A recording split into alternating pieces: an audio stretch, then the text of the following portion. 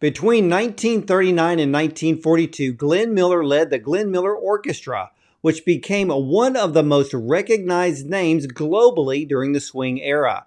Now, boasting an unmatched series of chart-topping records, the Glenn Miller Orchestra surpassed the sales of Benny Goodman, Artie Shaw, even Duke Ellington and Count Basie. And add to that list Jimmie Lunceford and Tommy Dorsey and Harry James combined. Now, throughout 3.5 years, Miller produced 16 chart toppers and 72 top 10 hits, including a remarkable 31 in 1940 alone, and earning the first ever gold record for Chattanooga Choo Choo. Now, Miller's music not only defined the era of World War II, but has endured as a timeless soundtrack, with bands carrying his legacy, performing to enthusiastic crowds over the 80 years since his passing.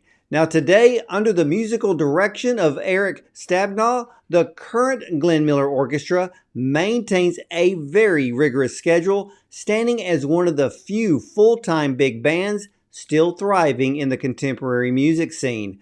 Now, the Glenn Miller Orchestra is celebrating the 80th anniversary of the Army Air Force Band. So, ladies and gentlemen, let's welcome the musical director of the Glenn Miller Orchestra, Erik Stabnau, to the show. Welcome, Erik.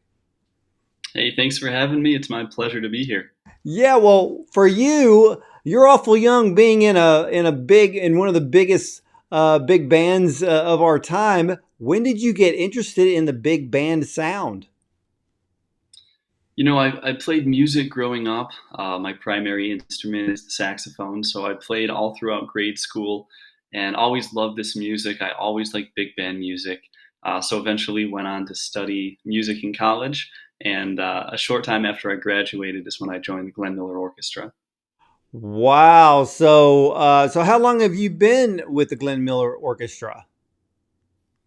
It's coming on 7 years now. I joined in the summer of 2017, and I became music director when the band got started after the pandemic. So I've been music director now for maybe between about 2 to 2.5 years. So what happened when the pandemic hit? Did everybody just have to stay home?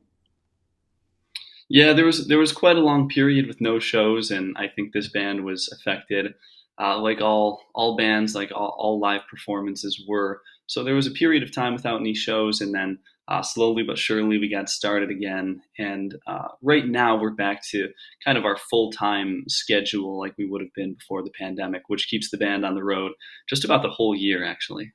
Well, did you get back all of the original members that were pre pandemic? Some of those members remained, and there were some new folks in the band. There was a bit of turnover in the orchestra at that time. So, yeah, a bit of a combination of both. Yeah, I guess with the pandemic, a lot of people, well, sometimes they end up with a new career direction in the midst of it, and things change when everything, well, kind of got back to normal, so to speak. Well, how many shows were you doing before the pandemic? And like you said, you're pretty much back to where you were. So, how many shows were you actually doing pre-pandemic days? A year? Yeah, yeah. Before the pandemic, it was up over 200. I think we tried to count one year. It was like 220 or something like that.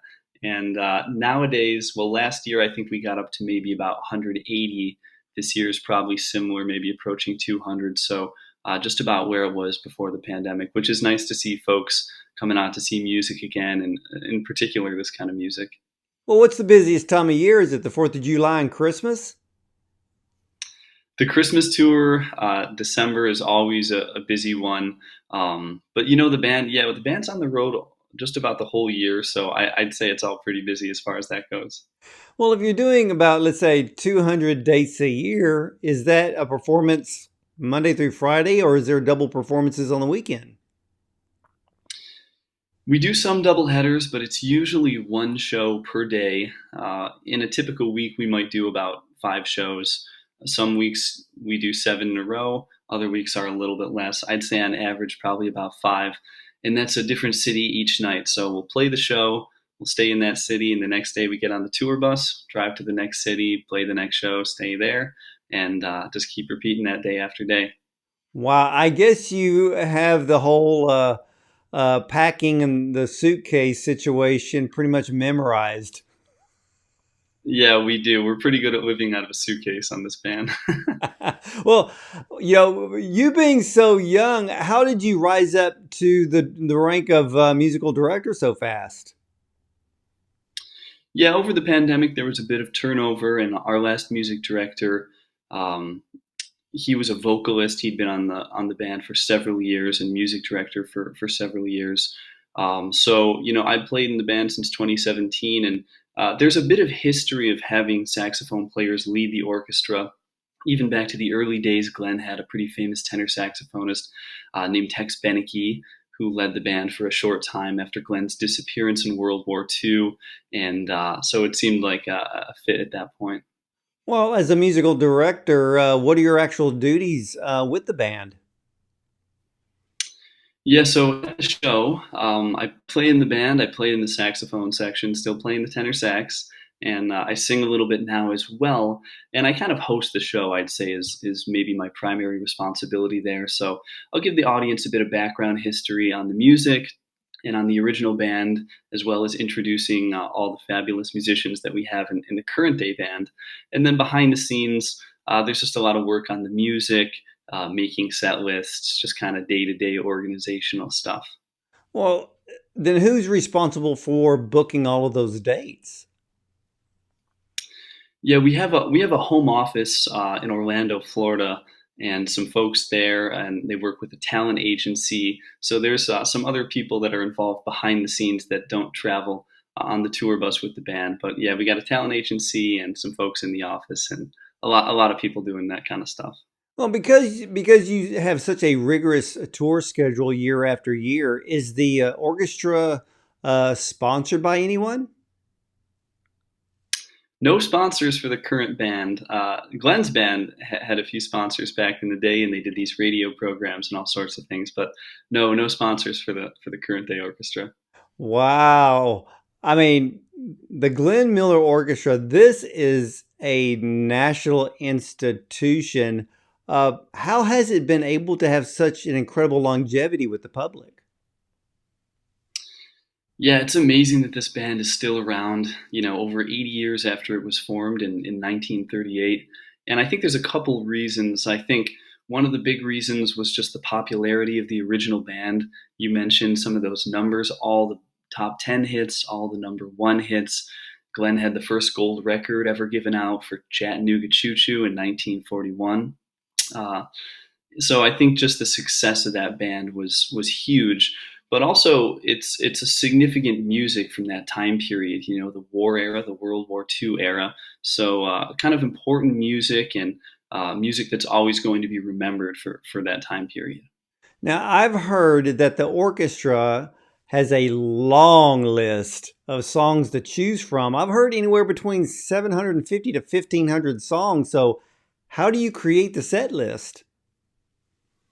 Yeah, there's quite a few choices, and you're right. There was maybe about 750 for the original band, 1930s and 40s era, and at least that many added. So yeah, our library catalog goes up past 1,500 now. And what makes it a bit easier is we don't travel with all that music. We probably have about 250 on the tour bus at any given time. So when I make the set lists, about half of the show is going to consist of some of those number one hits. We're going to play our theme song, Moonlight Serenade, at every show. I mentioned Chattanooga Choo Choo. In the Mood is probably his most famous song. So that's about half the set list. And then with the other half, we get to dig into the Glenn Miller songbook a little bit more. Now, have you ever been able to go outside the Glenn Miller songbook and maybe put in some contemporary songs with a swinging sound? Yeah, there's been a lot of experimentation, especially over the long history of this band. Sometimes we play music from other big bands of that era. Our single with Crystal Gale is called Sentimental Journey, that was originally sung by Doris Day with Les Brown. So that's a paying tribute to another big band. But over the history of the band, yeah, there's been efforts to kind of play some more modern music in the swing style. Nowadays, we kind of play the music typically the 30s and 40s, but we'll occasionally include some other songs along the way as well. Well, you mentioned the collaboration with country music legend Crystal Gale on the song Sentimental Journey. How did that collaboration come to be? We worked with a great producer in Nashville on this project, on this album, and they had a connection with Crystal. So it all kind of came together real quickly behind the scenes, but it was certainly exciting to have her on the album. Well, are there any future collaborations on the horizon with other artists? Every once in a while we'll share the stage with another band and maybe have guest vocalists or guest musicians join the orchestra. I don't know if we have anything currently planned with Crystal, but we'll see what happens in the future, and that would be extremely exciting to have her join the group. Well, yeah, I think it would be great to have multiple very well-known artists come on with the orchestra and do a whole album together. I think it would be, I know I would be standing in line to buy it. That's a good idea. Maybe we'll keep that in mind for the next one. Well, I have to ask because, all right, how many members is in the current orchestra? Depending on the tour, it could be between 15 and 17, and that includes kind of the typical big band that you might think of: saxophones, trombones, trumpet, rhythm section. And we typically have two lead vocalists and a vocal ensemble as well, made up of members of the orchestra. Now, has the orchestra, have they ever collaborated or appeared on stage with maybe a much larger orchestra, maybe like an 80 piece, or in some of the cities that have philharmonics? Have you ever teamed up with them? Yeah, we have, and actually that ties in a bit to the album that we just released, the 80th anniversary of the Army Air Forces Band, celebrating the year 1944 and some of the music of that era. And during that time, Glenn Miller not only had a band with the typical big band instrumentation that I mentioned, but also he had an entire string section, like a symphony orchestra string section, and French horns, and sometimes some other musicians as well. So from time to time, we'll do symphony shows. I think the most recent one we did was with the Buffalo Philharmonic, and we played that music that was written for just that instrumentation, the big band plus strings. So we don't have the opportunity to play it as often, but without a doubt, that's some of the prettiest music, some of the best music of that whole era. Now, is most of your tour always in the US, or have y'all had the opportunity to tour abroad? Yeah, there's some international dates as well. I'm in Canada right now. We're in Ottawa for a show tonight, so we do quite a few shows in Canada each year. Last year we did Costa Rica as well, and there's been just about an annual Japan tour every year going back, I think, to the '60s. So yeah, so plenty of international dates as well. Well, what's it like performing for a foreign audience? Yeah, it's nice to know that folks not only in the U.S. but all over the world know this music, and they're very appreciative. And I think hopefully it's kind of a unique and special experience for them to get to hear this American music that's become so popular, played live in their country. Have y'all ever performed at Royal Albert Hall? No, no, we haven't, but that would be a fantastic one. Well, that needs to be on the orchestra's bucket list right there. And it's amazing still the longevity of this orchestra, and it's not just a national institution; it's an American institution. And you mentioned the brand new album, the 80th anniversary. Where is the album out now, and it's available to everyone? Yep, the album was released just a couple weeks ago, and the probably the easiest place to find it is on our website, glennmillerorchestra.com, and it's just a collection of this fabulous music from the war era, all this stuff featuring strings, and it's got some of the big hits on it as well. We have our theme song, "Moonlight Serenade," Chattanooga Choo Choo's on there. Several others. So a combination of the big hits and some of this music with the string section, and I think the unique thing about this recording is a lot of this music that we recorded in the studio had only been preserved in the past on radio broadcasts. we call those air checks, some of those radio broadcasts from the war that had been preserved. So this stuff was never recorded in the studio until we did this recently. So kind of a special project for us as well. Wow, that must have been amazing to be in the studio and to bring these songs to be recorded. And like you said, that haven't been heard since they were on the radio or performed live by the orchestra to, well, millions of people around the country and around the world. This, I just love the fact that this music, that you are greatly responsible of keeping this type of music alive for generations to come. What does the future hold for the Glenn Miller Orchestra? Yeah, I'd like to think that we'll continue with this busy tour schedule and that folks will remain interested in this music. You know, the band has such a long legacy and such a great history to it. I certainly hope that people remain interested and knowledgeable about this music and excited to see it played in a live setting. And we have plenty of younger folks at these shows too that like this stuff as well. So it's certainly encouraging to see that. Well, I would love to see some of the top recording artists team up with the Glenn Miller Orchestra, and I think it would make an incredible television special. I think that would be fantastic. I think we'll add that to the list too.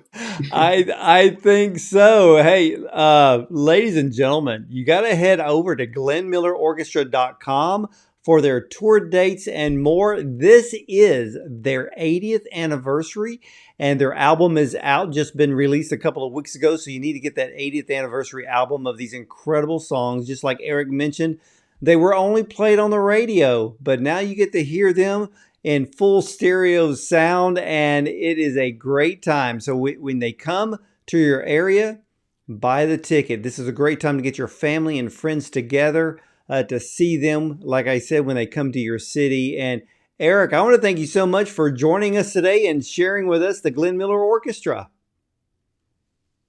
I appreciate it. Thanks for having me on. We're excited about this music. So yeah, it's really great. Thank you. Oh, you're very welcome. And again, ladies and gentlemen, that 80th anniversary album is available right now. Again, go to their website, theglennmillerorchestra.com. We always want to promote all of the artists, and in this case, promoting this one of the an American institution of the Glenn Miller Orchestra. Like I always say, buy the music. And this is something that you need in your collection. Oh, real quick, Erik, is this also available on vinyl? There's been talks about printing it on vinyl, so it's not available there yet, but stay tuned and maybe some point in the near future that'll be the case. Oh, I think that'd be awesome. So again, ladies and gentlemen, head over to glennmillerorchestra.com.